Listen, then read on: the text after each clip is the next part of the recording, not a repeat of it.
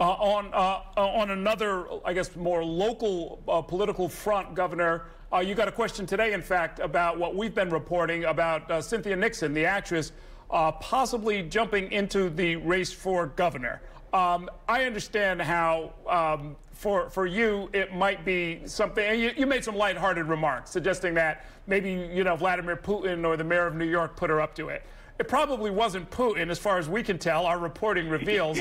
What is your informed gut tell you, Errol? Not our source. Yeah, well, I mean, not our source. But some top aides, some former top campaign aides to the mayor seem to be part of her team. And if this turns into an actual candidacy, what will that mean for relations between you and the mayor?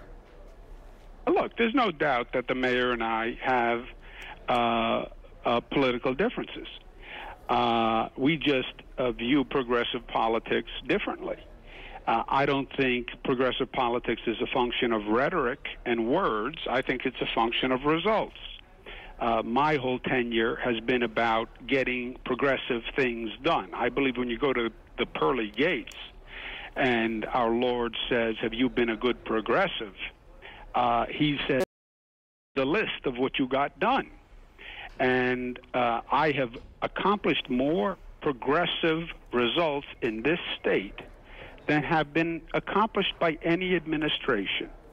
And I believe that is factually, objectively irrefutable. First large state to pass marriage equality, $15 minimum wage, raise the age on criminal justice. First state to take a real, sensible gun policy, the SAFE Act, and pass it. So my progressive accomplishments are, I think, irrefutable. Right now it's current because I don't think a progressive administration leaves people in NYCHA housing with no heat and mold and potential lead and says it's 3 years to do something. I don't believe a progressive administration says it takes me 10 years to build a jail, which, by the way, means it's 2 mayors from now, 3 city councils, which may as well mean, it's in never, never land. Not even a legal agreement to get it done. I don't believe a progressive administration tolerates more homeless people on the streets than ever before. That is repugnant to me of the definition of a progressive administration. It's not what you say, it's what you do. It's not your speech, it's your results. The reason why people turned on the progressive parties, the progressive Democrats, was because they talked a good game, but they didn't produce. That's the fundamental premise of my political philosophy, and it has been for 30 years.